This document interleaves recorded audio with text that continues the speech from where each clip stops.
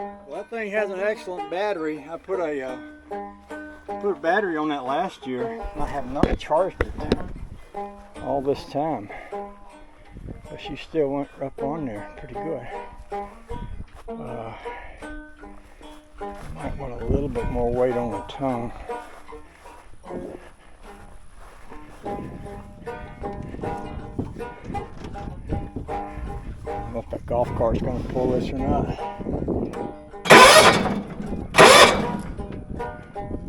We'll find out, won't we?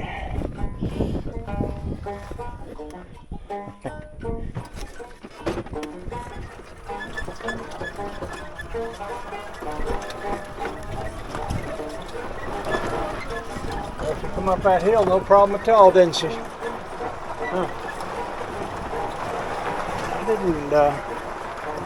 didn't know if it would do that or not, but by golly, it did.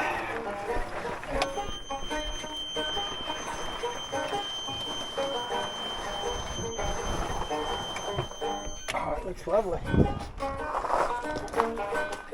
That box right there contains a motor.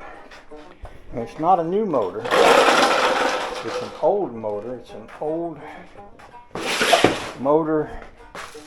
It was made for this tractor. I bought it from a guy on eBay. He said it was good. And I'm taking his word for it rather than going through the process of trying to find a new motor and adapting it to go on there.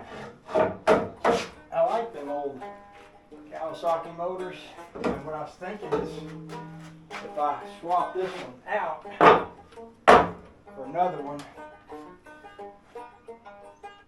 I'm going to pull forward because I only need room back here.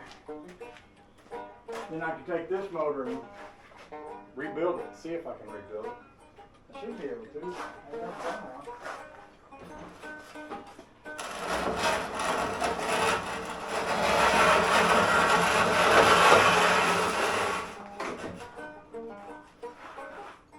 See, I've never done one of these. I've done some motor work. Never done one of these, so it'll be interesting to see what we can do with that. I'm going to back it off same way I put it on and just use the starter. Put it in reverse. This thing has one of those hydrostatic things.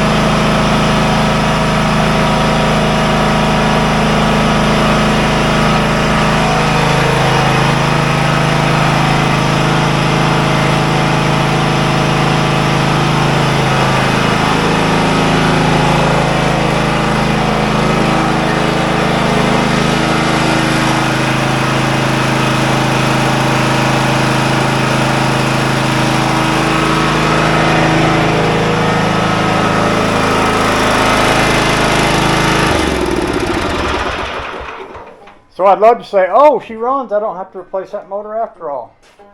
But I know that wouldn't work. What happens on this motor, and I believe it's because I believe the valves are, these are flat, and I may not know what I'm talking about, but I'm going to say it anyway, and y'all can correct me. But it's my understanding this is a flathead motor. You can't adjust the valves without getting in and grinding the valves on the small end. And Stoney, is it Stoney or is it George? Maybe it's George. I think it was George. Shade Tree Fix-It Man. He did one of these on his Goofy cart. He took the valves off, ground them, you have to grind them like a certain, you have to measure them so many thousandths of an inch and grind them that much and put them back in. And he actually ground one of his too much, so he took it back out and he welded some on the end of it and then ground some back off, and he kept doing that till he got it right, which is a lot of I don't want to say bother, but certainly is a lot of stuff that I have never done. So my thinking was, well, I'll buy that motor. It's supposed to be a good running motor, ready to go. Put it on here and run this mower.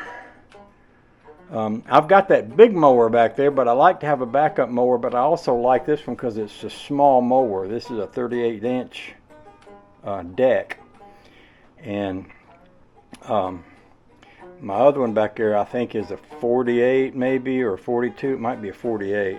This one will go in between places, like going around flower beds and stuff like that, get up into smaller places. And plus, I just like to have a backup. I don't like to be in a situation where I only have one, and if it quits, I have to either fix it or buy one, or put me in a sort of a hard place. So that's my plan. It might not be the best plan in the world, but it's the only plan I got. And I thought I'd get it in here because what I think I'm going to do is pick it up. Once I take the hood off and get all the top stuff loose, I'm going to lift it up, take the bolts out. That way I can get to the clutch, which is up underneath there. And I hear sometimes they can be a little trouble to get loose.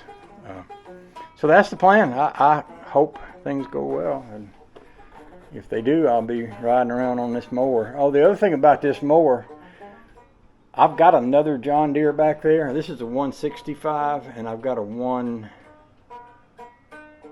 it's either a 175 or 185 back there, but it's also got a 38-inch deck. But somebody has put new rollers in the blade shafts on it. It looks worse than this one. This one's all nicely painted. The one back there looks worse, but it's in better shape actually, as far as having a good working mower mechanism. And I'm pretty sure this mower and that mower are about identical. So what I may do is wind up getting this running, taking that other mower deck and cleaning it up and putting it on here, and then using this one for my main backup tractor. This was my daddy's mower, so for me to be able to save it kind of means something, you know. I could probably fix the one back there easier because it stopped running too, but I hadn't even looked at why, but it was running good till it quit, and I figured, well, it probably needs something. Sometimes on those, well, that's an overhead valve engine back there, so on them you can adjust the valves without having to pull the valves out of the motor, so that would probably be easier to get going. But like I say, since this was my dad's mower, I just wanted to fix it right. So that's my plan. Anyway, so getting it up here was a big deal. I wasn't sure what it would take to get it up here, but got it up here okay. That little trailer did fine, and the golf cart did fine as far as pulling it up here. So that's good. So some other things I need to do. Some things you just need to do sometimes, and this is, it's going to be a project all in itself. So I'll go do a few other things for right now. Thanks for hanging out with me. I appreciate y'all very much. Have a nice day. Goodbye.